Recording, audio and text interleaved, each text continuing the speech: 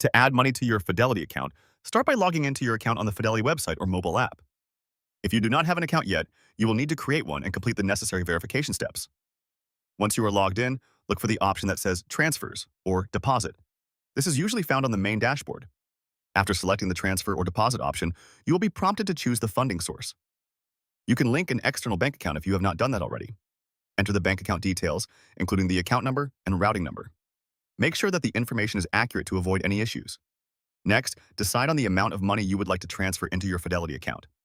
There might be minimum and maximum transfer limits, so check those before proceeding. Once you enter the amount, review all the details you have provided to ensure everything is correct.